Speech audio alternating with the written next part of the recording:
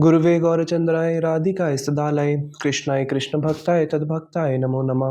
वाञ्छाकल्पतरुभ्यश्च कृपा सिंधुभ एव च पतितानां पावनेभ्यो वैष्णवेभ्यो नमो नमः। सर्वप्रथम दीक्षा गुरुपाद पद्म नित्य प्रविष्टो विष्णुपाद स्तोत्रशत श्री श्रीमशील भक्ति विदाशील नारायण गोसाई महाराज जी के चरणों में तत्पश्चात नित्य प्रविष्टो विष्णुपाद स्तोत्रशत श्री श्रीमशील भक्ति विदानशील स्वामी महाराज जी के चरणों में अनंत कोटि दंडवत प्रणाम ज्ञापन करते हुए उनसे हेतु कृपा की वांछा करता हूँ। आप सब भक्तों को मेरा प्रणाम स्वीकार हो। हरे कृष्णा। तो हम श्रवण कर रहे हैं सनातन शिक्षा। आज हमारी 7वीं क्लास है। श्रीमन चैतन्य महाप्रभु सनातन गोसाई पाद जी को बताते हैं आगे कि सहस्त्र पत्रम कमलम गोकुल आख्यम महत्पदम कि वैकुंठ वैकुंठ जहाँ पे भगवान विष्णु के अनंत अवतार रहते हैं, वैकुंठ के ऊपर आता है साकेत धाम जहाँ पे राम जी का धाम है, उसके ऊपर आता है द्वारकापुरी, तत्पश्चात मथुरा, और मथुरा के ऊपर आता है सहस्त्र पत्रम कमलम गोकुलाख्या महत्पदम। सहस्त्र पत्रम कमलम, एक कमल के आकार में जिसके सहस्त्र, सहस्त्र मतलब कहीं पे 100 होता है, कहीं पे 1000 होता है, तो सहस्त्र पत्रम कमलम, एक कमल का आकार जिसके सहस्त्र पंखड़ियां हैं, और वही आकार है भगवान के गोकुल धाम का। और उस गोकुल धाम के जो आंतरिक प्रकोष्ठ है, जो कमल की कर्णिका होती है, वो है वृंदावन धाम। तो उसी वृंदावन धाम में उस के अंदर उसके 2 प्रकोष्ठ हैं। एक है उसके अंदर माधुर्य प्रकोष्ठ, एक है औदर्य प्रकोष्ठ। तो जो माधुर्य प्रकोष्ठ है वो है वृंदावन धाम, और जो कि औदर्य प्रकोष्ठ है वो है योगपीठ सचिनंदन महाप्रभु का जन्म स्थान मायापुर। तो माधुर्य प्रकोष्ठ और औदर्य प्रकोष्ठ, जैसे भगवान श्री कृष्ण की जो लीला है वो माधुर्यपूर्ण है, लेकिन उसमें औदर्य है, लेकिन औदर्य वहां पे मैनिफेस्ट नहीं हुआ है, प्रकटित नहीं हुआ है। श्रीमन चैतन्य महाप्रभु की लीला में माधुर्य है, ऐसा नहीं है, माधुर्य है, लेकिन माधुर्य में भी औदर्य की प्रधानता है वहां पे, क्योंकि जो कृष्ण प्रेम है वो भगवान कृष्ण ने अपनी लीला में किसी को अपना कृष्ण प्रेम वितरण नहीं किया। वो वितरण उन्होंने कब किया? जब वो गौरांग महाप्रभु के रूप में आए, तो वो है औदर्य प्रकोष्ठ।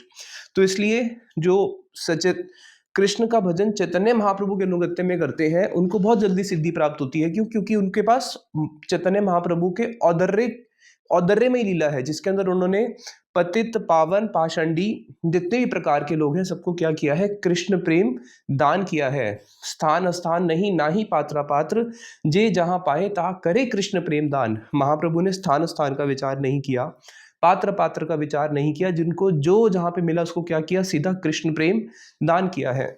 तो आगे ये जो पूरे ब्रह्मांड की सृष्टि होती है, जिसको हमने पूर्व क्लास में सुना था किस प्रकार से गर्भोदक्षाई विष्णु इस पूरे ब्रह्मांड की सृष्टि करते हैं, किसके द्वारा करते हैं? माया के द्वारा करते हैं।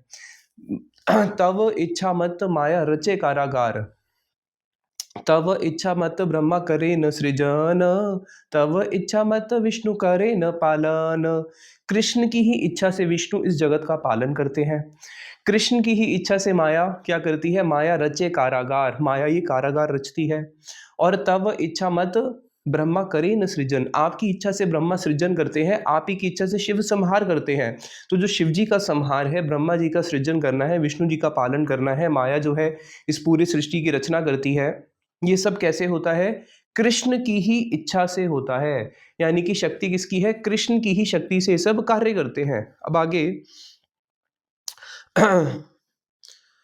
सृष्टि हेतु जेई मूर्ति प्रपंच अवतारे, सेई ईश्वर मूर्ति अवतार नाम धरे। तो इस सृष्टि के लिए जो भगवान का, इस जगत को बोला गया प्रपंच, इसको प्रपंच बोलते हैं। पंच भौतिक वस्तु से ये पूरा शरीर बना है, पूरी सृष्टि की रचना हुई है पंच भौतिक वस्तु से, धरती जल अग्नि वायु आकाश, इसलिए इसको बोलते हैं प्रपंच। तो इस प्रपंच के अंदर जो भी भगवान की मूर्ति अवतरित होती है सृष्टि के लिए, जीव उद्धार के लिए, उसी का नाम होता है सेई ईश्वर मूर्ति अवतार नाम धरे। उसी को बोलते हैं अवतार। यानी कि उस जगत से, वैकुंठ जगत से, चित्त जगत से इस भौतिक जगत में अवतरित होना किसी कारण हेतु उसको बोला जाता है अवतार। माया अतीत परव्यों में सबार अवस्थान, विश्व अवतरी धरे अवतार नाम। इसलिए इस विश्व में अवतरित होने के कारण उनको अवतार बोलते हैं। उनका जो अपना नित्य स्थान है वो है परव्योम, यानी कि वैकुंठ आदि चित्त जगत जो है। आगे अब श्रीमन चैतन्य महाप्रभु जो है बताते हैं कि देखो सिद्धांत बलिया चित्ते ना कर आलस, इह हईते लागे कृष्ण सुदृढ़ मानस। अभी प्रश्न होता है कि हमें इस सृष्टि तत्व के बारे में क्यों जानना, हमें भगवान के इन सारे अवतारों के बारे में क्यों जानना। अब सनातन गोस्वामी पाद जी तो वृंदावन आए हैं भजन करने के लिए, वृंदावन अभी आएंगे भजन करने के लिए, तो चैतन्य महाप्रभु उनको शिक्षा क्यों दे रहे हैं हम जीवों के लिए? क्योंकि महाप्रभु ने एक बात बोली थी, सिद्धांत बलिया चित्ते ना कर आलस, कि इन सिद्धांत को जानने के लिए कभी भी चित्त में आलस नहीं करना चाहिए। क्यों? इहा हईते लागे कृष्ण सुदृढ़ मानस, जो हमारा मन है वो कृष्ण में सुदृढ़ रूप से लगेगा। कैसे? जब हम इन सिद्धांतों को जान लेंगे। अभी हमें समझ में नहीं आ रहा, लेकिन ये सिद्धांत जो है हमारी भक्ति को बहुत दृढ़ करते हैं। जैसे मैं एक उदाहरण देता हूँ, आप खुद देखिए, जब हम स्कूल में पढ़ते थे तो हमें साइन कीटा, कॉस कीटा, टैन कीटा, कितना कुछ पढ़ाया जाता था, जो आज अगर देखा जाए तो हमारे जीवन में कभी भी उसका कोई उपयोग नहीं है। लेकिन फिर भी वो क्यों पढ़ाया जाता है? हमारी ब्रेन को शार्प करने के लिए, हमारी ब्रेन को थोड़ा और सूक्ष्म करने के लिए, ताकि हम सूक्ष्म तत्वों को समझ पाएं। इसलिए में वो सारी चीज़ें सिखाई जाती है। और वो चीज़ों का कोई रोल ना हो ऐसा नहीं है, वो चीज़ें जो है हमारी जीवन में आज प्रत्यक्ष रूप में नज़र नहीं आ रही, लेकिन उन चीज़ों ने हमारी बुद्धि को कैलकुलेशंस के लिए, कैलकुलेशंस की उन जो जटिल कैलकुलेशंस होती हैं उनको इजी करने के लिए हमें उन चीज़ों ने कहीं ना कहीं हेल्प जरूर किया है। उसी प्रकार से ये जो सारे सिद्धांत होते हैं, ये सिद्धांत हमारी भक्ति को निश्चित रूप से दृढ़ करते हैं। अब आगे सेई पुरुष विरजाते करे न शयन, कारणब अबद कारणब अब्दिशाई नाम जगत कारण। सबसे पहले जो भगवान की मूर्ति अवतरित होती है पुरुष अवतार के अंदर, सबसे पहले वो होता है कारण दक्षाई विष्णु, कारण दक्षाई विष्णु। ये क्या करते हैं? ये विष्णु जी जब अपनी कारण अवधि पारे माया नित्य अवस्थिति, विरजार पारे पर व्योम नाही गति। एक विरजा नदी है, जिसको विरजा नदी को बोला जाता है कारण समुद्र, उसी में इनका विश्राम होता है। और वहीं से ही ये अनंत कोटि ब्रह्मांड की सृष्टि होती है। उस विरजा नदी के अंदर जब ये पुरुष शयन करते हैं, अपनी एक इनकी निश्वास से, जब इनकी एक श्वास निकलती है, इनकी एक श्वास से अनंत कोटि ब्रह्मांड का सृजन होता है। और इनकी एक वापस जब ये निश्वास लेते हैं, अंदर श्वास जाती है, तो ये सारे के सारे ब्रह्मांड जो है उन्हीं के ही अनंत कोटि, जो रोम है, रोम में अनंत कोटि ब्रह्मांड लीन हो जाते हैं। उनके रोमकूप से अनंत कोटि ब्रह्मांड निकलते हैं। जैसे हमारे रोमकूप से बाल निकलते हैं, ऐसे उनके रोमकूप से अनंत कोटि ब्रह्मांडों का सृजन होता है। और उसके बाद जो एक एक ब्रह्मांड होता है इहो महत सृष्टा पुरुष महाविष्णु नाम, अनंत ब्रह्मांड तार लोम कूपे धाम। इन्हीं का नाम है महाविष्णु, जिनको बोला गया है। और अनंत ब्रह्मांड जो है उनके लोमकूप के अंदर ही उनका धाम है। अब गवा अक्षय उड़िया जैसे रेणु आसे जाए, पुरुष निश्वास सह ब्रह्मांड बहिराए। एक उदाहरण दे रहे हैं महाप्रभु की, देखो जैसे आप झरोके में देखते हो, जब सूर्य की किरण पड़ रही होती है तो उसके अंदर छोटे छोटे लोमकूप होते हैं, कितने सारे लोमकूप होते हैं जिसकी अगणित गिनती नहीं करी जा सकती। उसी प्रकार से ही इनकी एक निश्वास से अनंत कोटि ब्रह्मांड निकलना शुरू होते हैं। उन्होंने एक बार श्वास बाहर छोड़ते हैं, जैसे हम सांस बाहर छोड़ते हैं तो उसमें से क्या निकलता है? छोटे ऑक्सीजन के पार्टिकल्स निकलते हैं। लेकिन उनके श्वास छोड़ते ही अनंत कोटि ब्रह्मांडों की सृजन हो जाता है। पुनरअपि निश्वास सह जाए अभय अंतर, और जब वापस श्वास अंदर लेते हैं तो सारे ब्रह्मांड वापस अंदर चले जाते हैं। और तब महाप्रलय आ जाती है। अनंत ऐश्वर्य तार सब माया र पार। तो ये महाविष्णु जी का जो है, ऐसे इस प्रकार से अनंत ऐश्वर्य है जो कि माया अतीत है, जिसको ब्रह्म संहिता में ब्रह्मा जी बताते हैं। जीवंती लोम विलजा जगत अंडनाथा, विष्णुर्महान स ईयस्य कला विशेषो, गोविंदम आदि पुरुषम तम हम भजामी।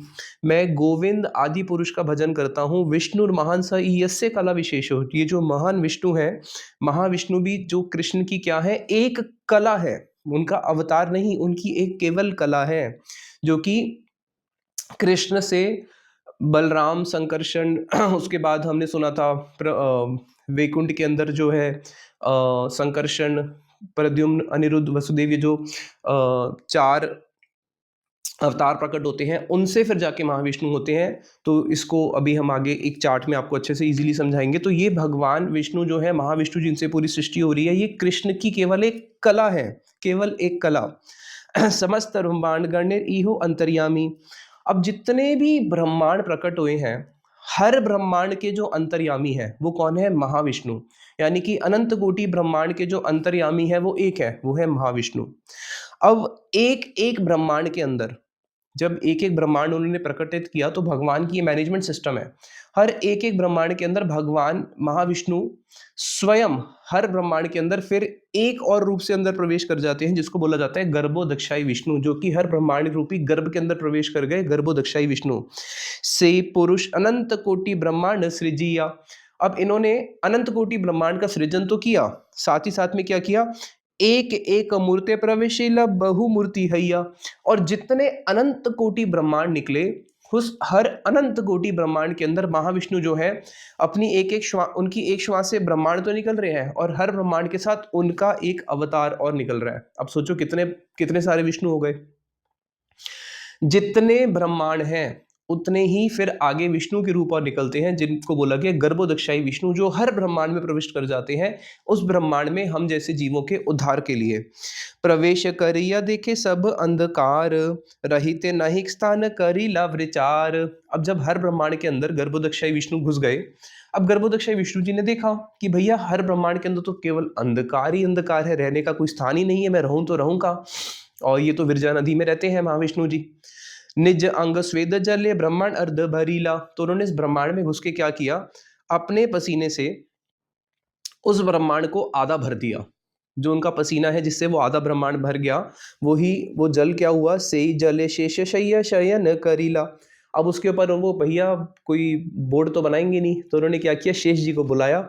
शेष जी उस जल के ऊपर आ जाते हैं और शेष जी की शैया बना के उसी के ऊपर ही वो विश्राम करते हैं। क्यों? क्योंकि पता है अब जब जीव यहाँ पे प्रकट होंगे तो दिन रात जो है क्या करेंगे, यशम देही पुत्रम देही धनम देही देही देही देही करके मुझे परेशान करेंगे। तो मैं क्या करता हूँ, बिल्कुल समुद्र के बीच में जाके बैठ जाता हूँ जहाँ मुझे कोई ढूंढ ही ना पाए और शेष शैया के ऊपर जाके वहां पे आराम से विश्राम करते हैं। तार नाभि पद्म हईते उठीला एक पद्म। और उनकी ही नाभि से एक बहुत लंबा एक कमल की दल निकलता है, जिसके ऊपर एक कमल खिलता है। तो उनकी ही नाभि से एक कमल जाके खिला और से पद में हैला ब्रह्मा जन्म सद्म। और उसी कमल के ऊपर ब्रह्मा जी का जन्म होता है।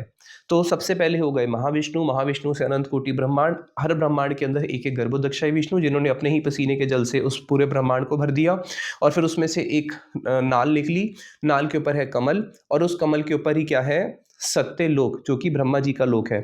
और उस कमल की जो लंबी सी जो नाल है उसी के अंदर ये पूरे के पूरे 14 भुवन आ जाते हैं। 14 भुवन कौन कौन से हैं, जिसको हम भूर्भुवः स्व शॉर्ट में बोल देते हैं।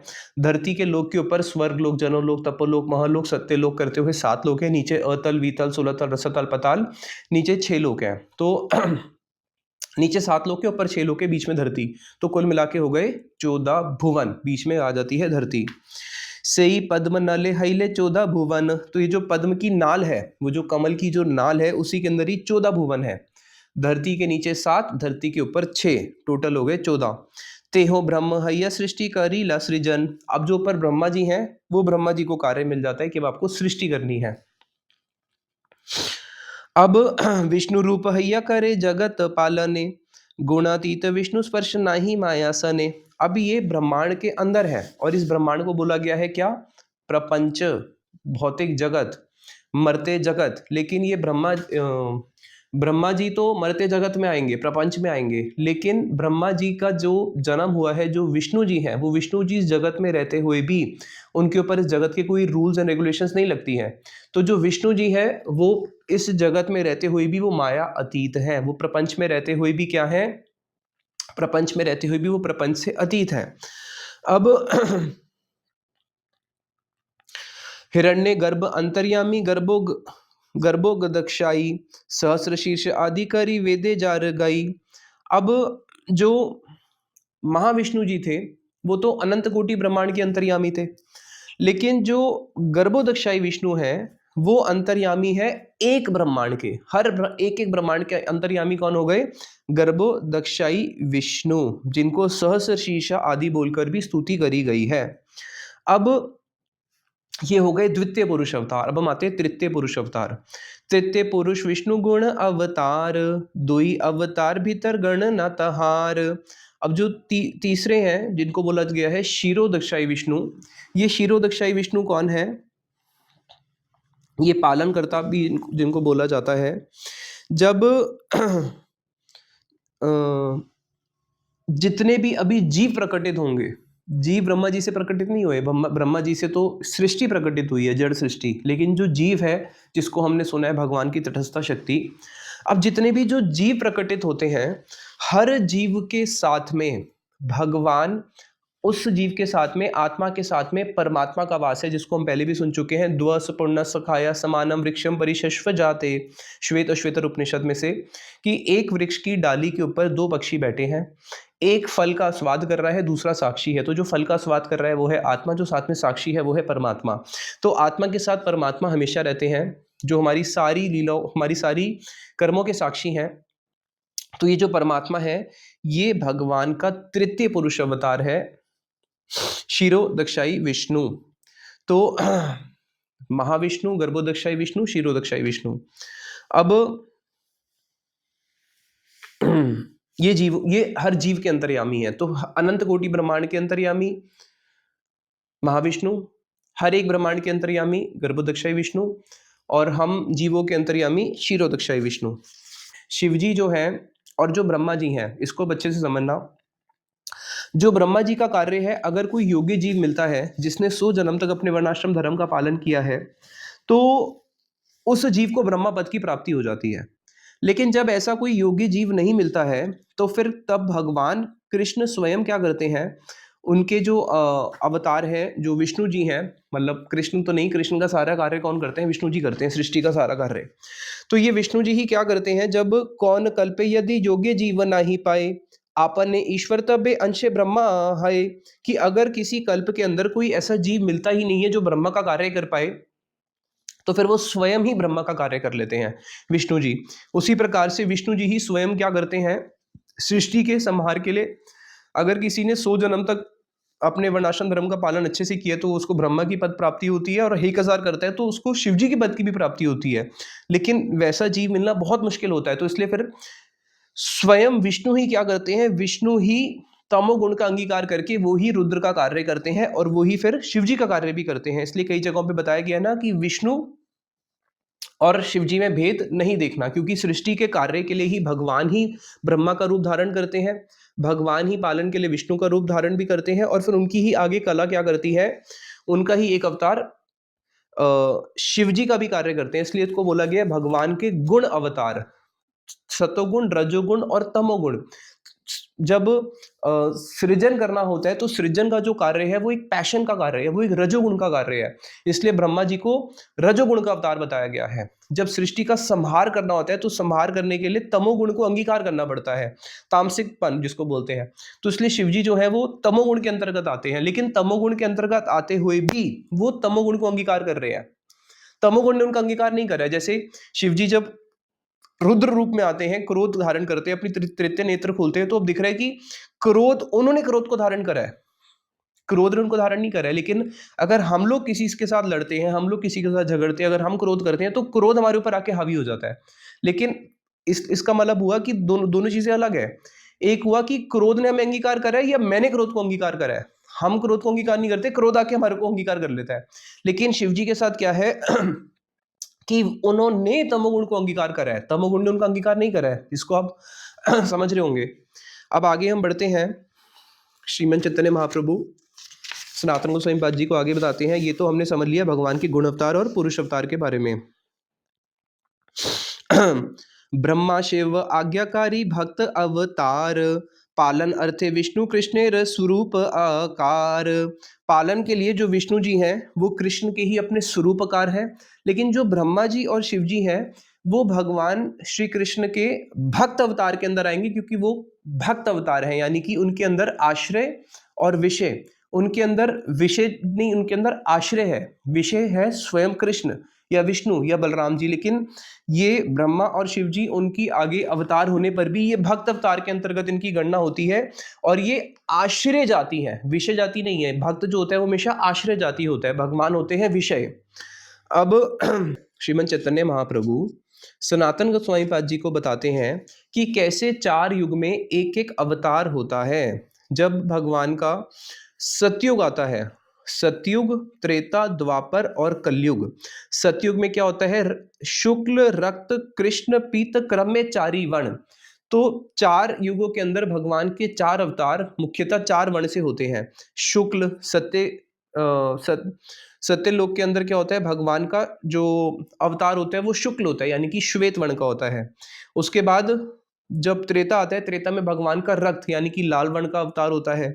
फिर उसके बाद द्वापर में भगवान का काला कृष्ण अवतार होता है।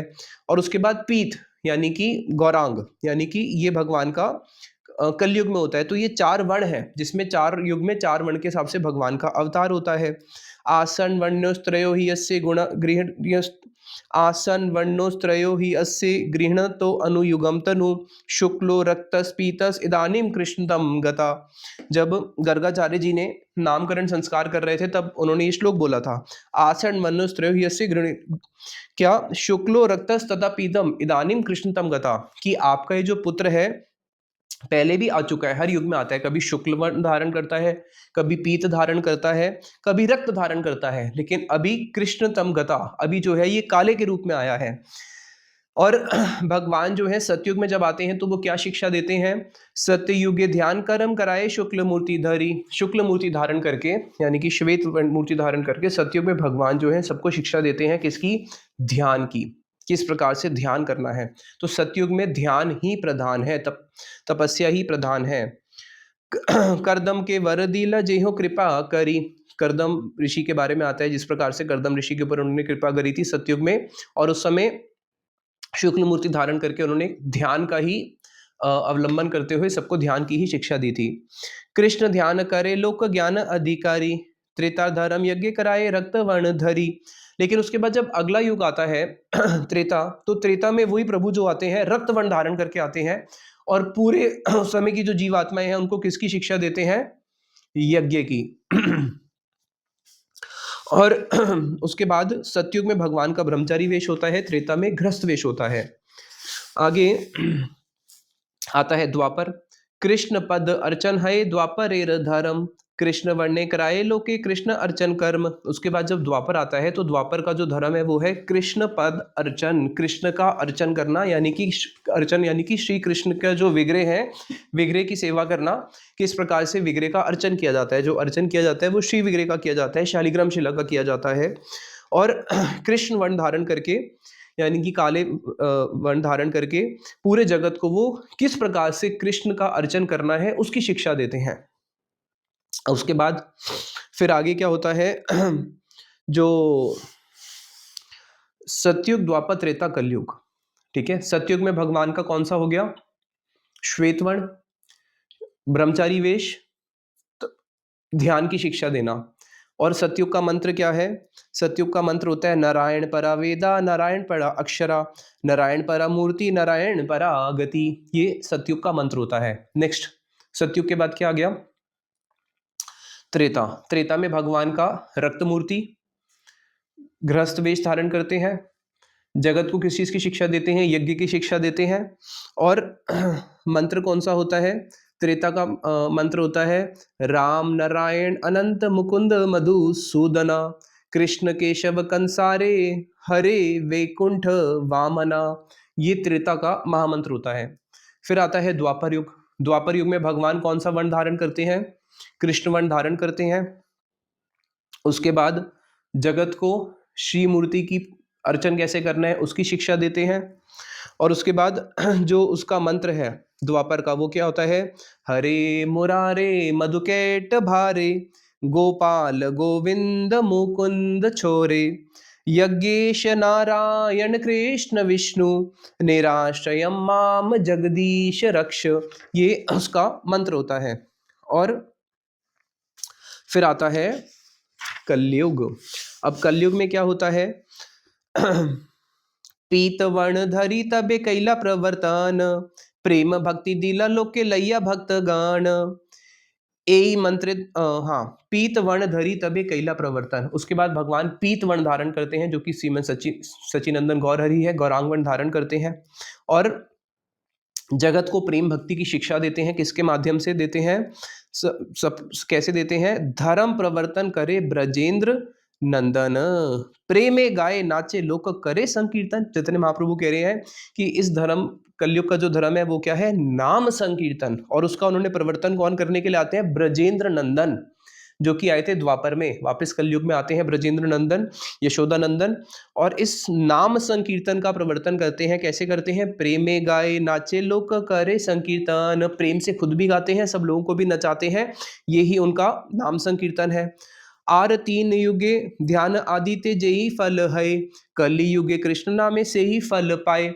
और 3 युगों में जो ध्यान करने से फल मिलता है, वही कलयुग में कृष्ण नाम करने से फल मिल जाता है।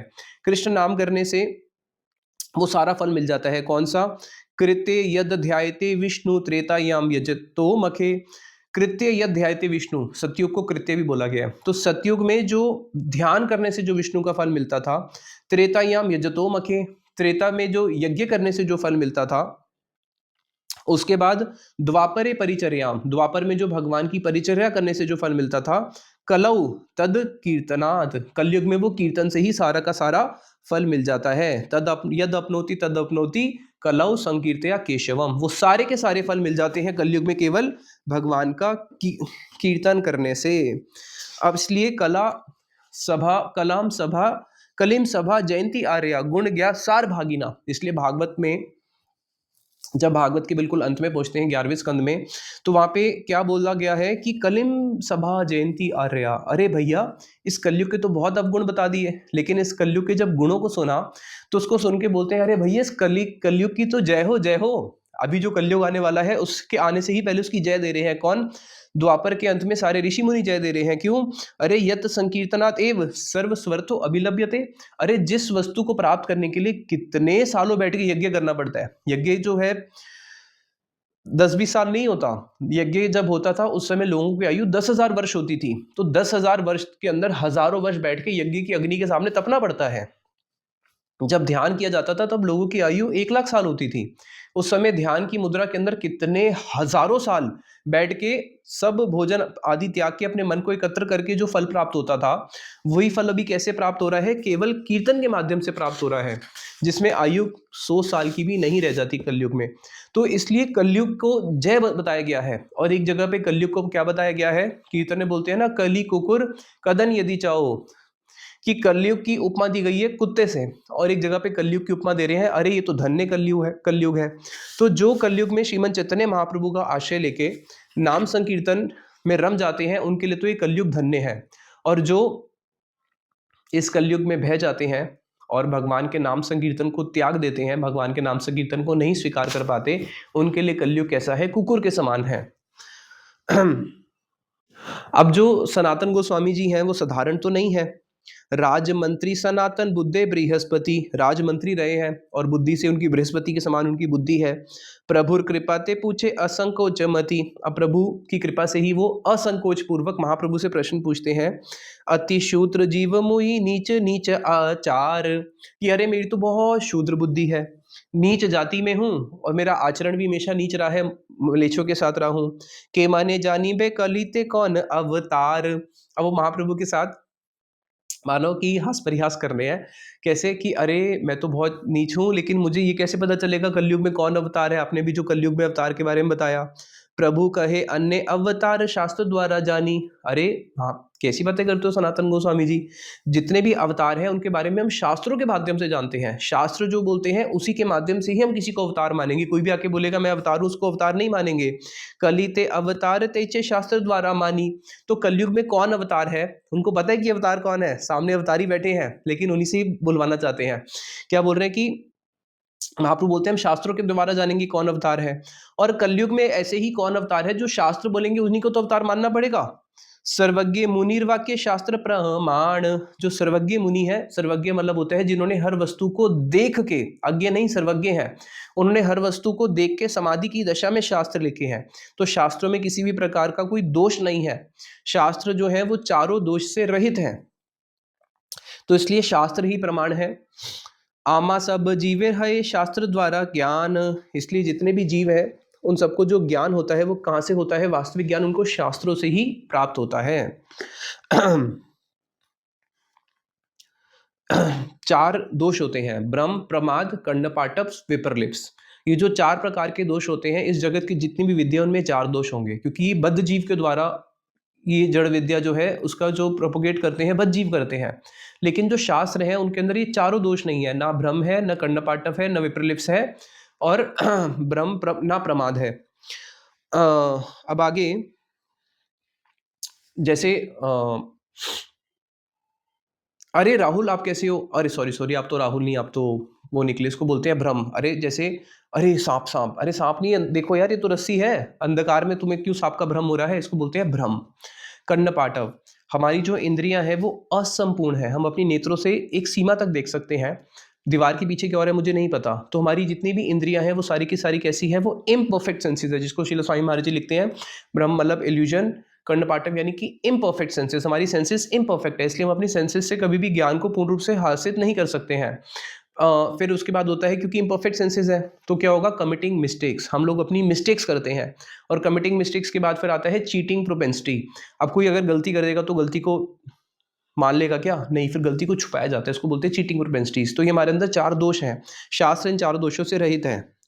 अब आगे महाप्रभु बोलते हैं कि देखो भाई, जब सनातन गोस्वामी पाद जी पूछना चाह रहे हैं कि अरे मैं कैसे पहचानूंगा कौन अवतार है, अरे तुम शास्त्रों से जानोगे ना, अवतार नहीं कहे आमी अवतार, मुनि सब जानी करे लक्षण विचार। कभी भी अवतार आके ये नहीं बोलेगा कि मैं अवतार हूं, यानी कि मैं कभी नहीं बोलने वाला कि मैं अवतार हूं। कौन विचार करता है, जो मुनिगण है वो ही विचार करते हैं शास्त्रों के लक्षण देख के कि कौन अवतार है।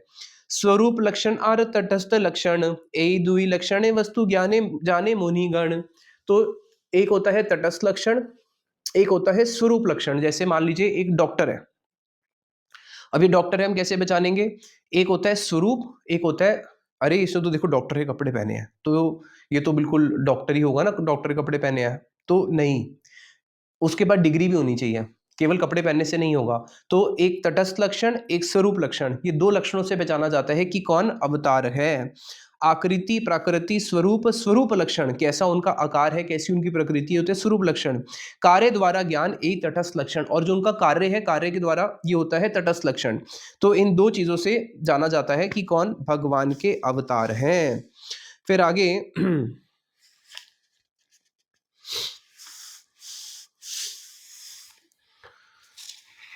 तो सनातन गोस्वामी पाद जी कहते हैं, सनातन कहे जाते ईश्वर लक्षण, पीत वर्ण कार्य प्रेम दान संकीर्तन। अरे जो आपने भी बताया है कि उनके 2 लक्षण है, पीतवन धारण करेंगे और नाम संकीर्तन का प्रचार करेंगे। कली काले से ही कृष्ण अवतार निश्चय, सुदृढ़ करिय कह जाहू का संशय। तो भैया जब ये, मुझे तो कली काल में कृष्ण का अवतार अवश्य ही होगा, ये भी शास्त्रों में लिखा है, और मुनि ने ये भी बताया है कि उनका क्या कार्य होगा, उनका कार्य क्या होगा, लक्षण बताया ना, स्वरूप तटस्थ, तो उनकी आकृति कैसी होगी, पीतवर्ण, और कार्य क्या होगा, नाम संकीर्तन। प्रभु कहे, तो भैया वो तो आप ही मुझे नजर आ रहे हो, तो वहां पे चैतन्य महाप्रभु कहते हैं, प्रभु कहे चतुराली छाड़ सनातन, शक्त्या अवेश अवतारे शून विवरण। अरे मेरे सामने चतुराई मत करो, सनातन गोस्वामी पाद जी को महाप्रभु बोलते हैं, और क्या करो, चलो अब आगे जो मैं पढ़ा रहा हूँ उसी को सीखो, शक्त्यावेश अवतार के बारे में सुनो। फिर महाप्रभु उनको शक्त्यावेश अवतार के बारे में बताना शुरू करते हैं। तो इस प्रकार से जो कलयुग है, कलयुग में अवतार कौन है, कलयुग में जो अवतार है वो है श्रीमन सचिनंदन गौरहरि। और महाप्रभु को कोई भी अगर बोलता था कि आप अवतार हो, तो महाप्रभु एकदम से क्या करते थे, विष्णु विष्णु बोल के कानों को हाथ लगा लेते थे और बोलते थे, अरे नहीं, जीव के प्रति कभी भी भगवत ज्ञान या विष्णु ज्ञान नहीं करना चाहिए, मैं तो जीव हूं, क्योंकि भगवान भक्त अवतार में आए हैं, इसलिए कभी भी उन्होंने अपने सामने अपनी भगवत स्तुति नहीं सुनी। केवल एक रूप गोस्वामी जी थे, जब रूप गोस्वामी जी ने सभा के, सब सभा के बीच में कोई भी व्यक्ति महाप्रभु को कभी अगर अकेले में भी आके भगवान बोलता था तो महाप्रभु स्वीकार नहीं करते थे, लेकिन रूप गोस्वामी जी केवल ऐसे थे, महाप्रभु ने उनको इस चीज का अनुमोदन किया। रूप गोस्वामी जी ने आके सबके सामने महाप्रभु को बोला, क्या, नमो महावदन्याय कृष्ण प्रेम प्रदाय ते, कृष्णाय कृष्ण चैतन्य नामिने गौरत विषय नमः, नमो महावदन्याय। और महाप्रभु ने इसको स्वीकार किया, नमो महावदन्याय, कि आप कैसे हैं, महावदन्याय, कृष्ण वदान्याय थे लेकिन आप उनसे भी आगे हैं, आप महावदन्याय हैं।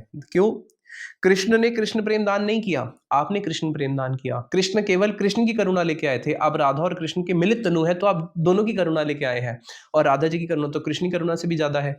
तो इसलिए नमो महावदन्याय, आप महावदन्याय हैं। क्यों? कृष्ण प्रेम प्रदायते, आपने जीवों को कृष्ण प्रेम प्रदान किया है, ये आपकी लीला है। क्या आपकी लीला है? सबसे पहले आपका नेचर कैसा है, आपका स्वभाव कैसा है? महावदन्याय। क्यों? आपकी लीला से आपके स्वभाव के बारे में पता चला। आपकी लीला में आपने क्या किया? कृष्ण प्रेम प्रदाय थे, आपने जीवों को कृष्ण प्रेम प्रदान किया, इसलिए आप महावदन्याय हैं। आप हो कौन? कृष्ण।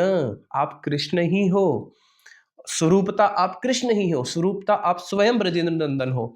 नमो महावदन्याय कृष्ण प्रेम प्रदाय ते कृष्णाय, आप कृष्ण हो। कृष्ण चैतन्य नामिने, और आपका नाम क्या है? कृष्ण चैतन्य, उनका नाम है कृष्ण चैतन्य।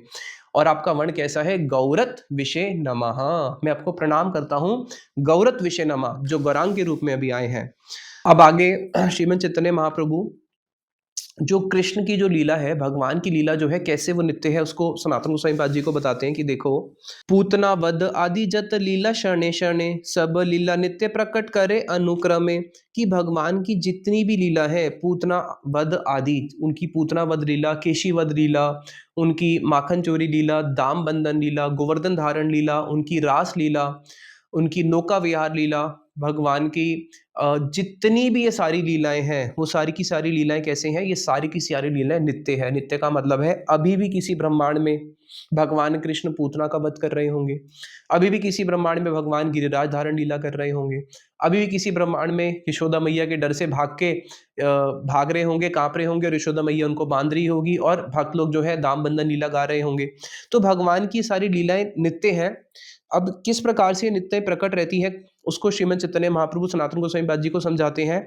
अनंत ब्रह्मांड तार नाहिक गणन, की ब्रह्मांड तो अनंत है, जिनकी गिनती नहीं करी जा सकती है। कौन लीला कौन ब्रह्मांड है प्रकटन, कौन से ब्रह्मांड में कौन सी लीला प्रकट हो रही होती है हमें नहीं पता होता। जैसे ही यहाँ पे गोवर्धन धारण लीला विश्राम होती है, किसी और ब्रह्मांड में गोवर्धन धारण लीला आरंभ हो जाती है। जैसे ही यहाँ पे भगवान की ब्रज लीला वो होती है, तो किसी और में ब्रज लीला आरंभ हो जाती है। तो भगवान की सारी लीलाएं नित्य है। हर ब्रह्मांड में, किसी न किसी ब्रह्मांड में भगवान की भी कोई ना कोई लीला हो रही होगी। और भगवान की लीलाएं कितनी है, अगर हम भागवत पढ़ेंगे तो हाँ ठीक है, इस पहले आए तो पहले पूतना का वध किया, उसके बाद शक्टासुर का वध किया, त्रिडावत का वध किया, उसके बाद कुछ 10-12-15 असुरों का वध किया, और सखाओं के साथ ये लीला हुई, गोवर्धन धारण लीला हुई, काले के फंडों पर नृत्य करा, कुछ लिमिटेड लीलाएं पढ़ते हैं। लेकिन नहीं, भगवान की लीलाएं असंख्य हैं, उनको कोई गिन नहीं सकता, और असंख्य ब्रह्मांड है, और हर ब्रह्मांड में भगवान की भी कोई ना कोई लीला हो रही है। कितना भी दिमाग लगा लो, कितना भी मन को दौड़ा लो, इसको हम कैलकुलेशन से नहीं समझ सकते। क्यों? क्योंकि ये जो पूरा का पूरा जगत है, इसको बोलते हैं माया। माया का अर्थ क्या है? मीयते इति माया, जिसको नापा जा सके उसको बोलते हैं माया। लेकिन जो भगवान का जो धाम है, वो इससे अतीत है, वो माया अतीत है। इस जगत में हर वस्तु को नापा जा सकता है। इसलिए अरे इसके पास इतना धन है, इसके पास इतनी डिग्री है, इसके पास इतना सुख है, इसके पास इतना दुख है, इसके पास इतनी गाड़ी है, इसकी इतनी आयु है। इस जगत में हर वस्तु को नापा जाता है, लेकिन उस जगत की हर वस्तु जो है वो नाप अतीत है, वो माया अतीत है। माया मतलब जिसको नापा जा सके, इसलिए हम अपनी कैलकुलेशन से उसको नहीं समझ सकते हैं। अब आगे सनातन गोस्वामी पाद जी को महाप्रभु एक दृष्टांत देके समझाते हैं।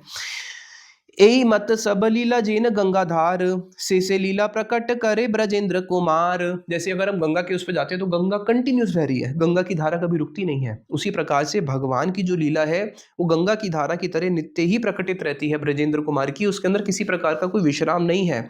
क्रम में बाल्य पौगंड किशोरता प्राप्ति, रास आदि लीला करे किशोरे नित्य स्थिति। पहले उनकी बाल्य लीला हम देखते हैं, यशोदा मैया के आंगन में खेलना, घुटमन घुटमन चलना। उसके बाद फिर उनकी पौगंड लीला आ जाती है, गैया चराने जा रहे हैं सखाओं के साथ। फिर किशोर लीला आ जाती है, जिसके अंदर उनका प्रभु का रास होता है। तो उनकी बाल्य, पौगंड और किशोर लीला, उनकी जितनी भी लीलाएं हैं, इन सब की नित्य स्थिति है। ऐसा नहीं है कि प्रभु जब किशोर हो गए तो उनकी बाल्य लीलाएं खत्म हो गई, नहीं। जब वो बाल्य लीला में थे तो उनकी किशोर लीला नहीं हो रही, नहीं। उनकी तीनों क्रम, बाल्य, पौगंड, किशोर, तीनों ही नित्य हैं, और तीनों में जो लीला हो रही है वो भी नित्य है, और उन सारी लीलाओं की स्थिति कहीं ना कहीं होती है। इसको अब कैसे आगे सनातन गोस्वामी पाद जी को समझाया है। नित्य लीला कृष्णेर सर्वशास्त्रे कये, भुजिते न पारे लीला के मन्य नित्य है। देखो शास्त्रों में बताया गया कि भगवान की कृष्ण की सारी लीलाएं नित्य है। नित्य का मतलब होता है जो पहले भी थी, आज भी है, आगे भी रहेगी। जीवात्मा क्या है? नित्य, पहले भी थी, आज भी है, आगे भी रहेगी। तो भगवान की सारी लीलाएं कैसी है? नित्य। आज भी भगवान कंस का वध कर रहे होंगे। तो बूझी तना पारे लीला के मैंने नित्य हुए। अब हमें तो नहीं समझ पाएगा लीला नित्य कैसे है। तो दृष्टांत दिया कही तबे लोक सबे जाने। तो उस वस्तु को हम नहीं समझ सकते, ये बात तो पक्की है, लेकिन दृष्टांत के माध्यम से थोड़ा सा जो चित्त होता है, चित्त को बताया गया है उपलब्धि स्थान। हमारे इस पूरे शरीर के अंग में केवल एक चित्त है जिसको उपलब्धि स्थान बताया गया है। आत्मा के बिल्कुल सबसे निकट जो होता है, आत्मा के सबसे निकट मन और बुद्धि भी नहीं है, दैट इज चित्त। इसलिए श्रीमद् चैतन्य महाप्रभु ने क्या बोला है? चेतो दर्पण मार्जनम, चित्त का रूपी दर्पण का मार्जन करना है। तो आत्मा के सबसे निकट स्थान है चित्त, और चित्त को बताया गया है उपलब्धि स्थान। शीला विश्वनाथ ठाकुर जी अपने भागवतम में की टीका में लिखते हैं कि वो एक उपलब्धि स्थान है। और जीव गोस्वामी जी लिखते हैं चित्त के लिए कि भगवत प्रतिबिंब स्थान, जहाँ पे उनका प्रतिबिंब पड़ सकता है, भगवान की लीलाओं का प्रतिबिंब। तो चित्त जो है वो सबसे निकट स्थान है। तो हम बुद्धि के द्वारा उसको नहीं जान सकते, ये बात पक्की है, लेकिन किसी प्रकार से उस अपने चित्त में उस वस्तु का एक प्रतिबिंब भी अगर प्राप्त हो जाए, तब भी जीव का जो भजन में जो उसका उत्साह है वो और बढ़ जाएगा। तो अब यहाँ पे महाप्रभु उस चीज को, यद्यपि हम पूर्णता नहीं समझ सकते, लेकिन उसका दृक दर्शन समझने का प्रयास कर रहे हैं। जैसे एक छोटा सा बच्चा पूछते हैं, मम्मी ये ऑपरेशन क्या होता है? अरे बेटा कुछ नहीं, पेट को काटते हैं, पेट को काट के जो अंग खराब होता है उसको ठीक करके वापस सील देते हैं। अब बच्चा तो ही समझेगा ऑपरेशन, लेकिन वास्तविक ऑपरेशन सर्जरी क्या होती है तो डॉक्टर ही समझ सकता है। तो उसी प्रकार से हम बच्चों की तरह ही समझ लेते हैं क्या, कि महाप्रभु जैसे समझा रहे हैं, महाप्रभु भी तो बोल ही रहे ना, बूझी ते ना पारे लीला के मने नित्य है। तुम तो नहीं समझ सकते कि वो नित्य कैसी होगी, फिर भी एक दृष्टांत देता हूं। तो हम दृष्टांत से समझने का प्रयास करते हैं। दृष्टांत दिया कही तबे लोक सबे जाने। दृष्टांत से हमें थोड़ा सा उसका एक दिग्दर्शन समझ सकते हैं, हाँ कि हाँ ऐसा हो सकता है। क्या? कृष्ण लीला नित्य ज्योतिष चक्र प्रमाणे। जैसे जो ज्योतिष के जो चक्र होते हैं उसमें क्या होता है? ज्योतिष चक्रे सूर्य जैन फिरे रात्रि दिने। ज्योतिष के चक्रों में सूर्य जो है रात्रि दिन फिरता है। अरे अभी आपका सूर्य राहु में आ गया, यहाँ पे आ गया, इधर आ गया। तो सूर्य क्या करता है? रात्रि दिन चक्कर लगाता है। सप्त द्वीप आम्बुदी लांगी फिरे क्रमे क्रमे। सप्त आम्बुदी, 7 द्वीप है, उन 7 द्वीपों को लांघते हुए सूर्य जो है, कहीं पे अभी यहाँ पे अंधकार है, कहीं सूर्योदय होगा, जब यहाँ सूर्योदय होगा वहां अंधकार हो जाएगा। तो 7 द्वीपों के ये चक्र लगाता है। तो जिस प्रकार से रात्रि दिने है षष्ठी दंड परिमाण, 60 दंड होते हैं एक दिन के अंदर, और उस 60 दंड के अंदर रात्रि और दिन दोनों ही आ जाता है 60 दंड के अंदर। तो इस 60 दंड के अंदर जिस प्रकार से ये जो सूर्य का ये जो चक्कर लगता है, तो हम देखते हैं कि एक दुई दिन चारी प्रहरे अस्त है, चारी प्रहर रात्रि गेला पुनी सूर्य उदय। तो 60 दंड एक दिन में होते हैं जिसमें अष्ट प्रहर होते हैं। तो 4 प्रहर तक तो हम देखते हैं भाई दिन था, फिर 4 प्रहर देखते हैं रात्रि हो गई। तो सूर्य जो है जब यहाँ पे नहीं है तो सूर्य कहीं और प्रकाशित हो रहा है, फिर सूर्य वापस यहाँ पे आ जाता है।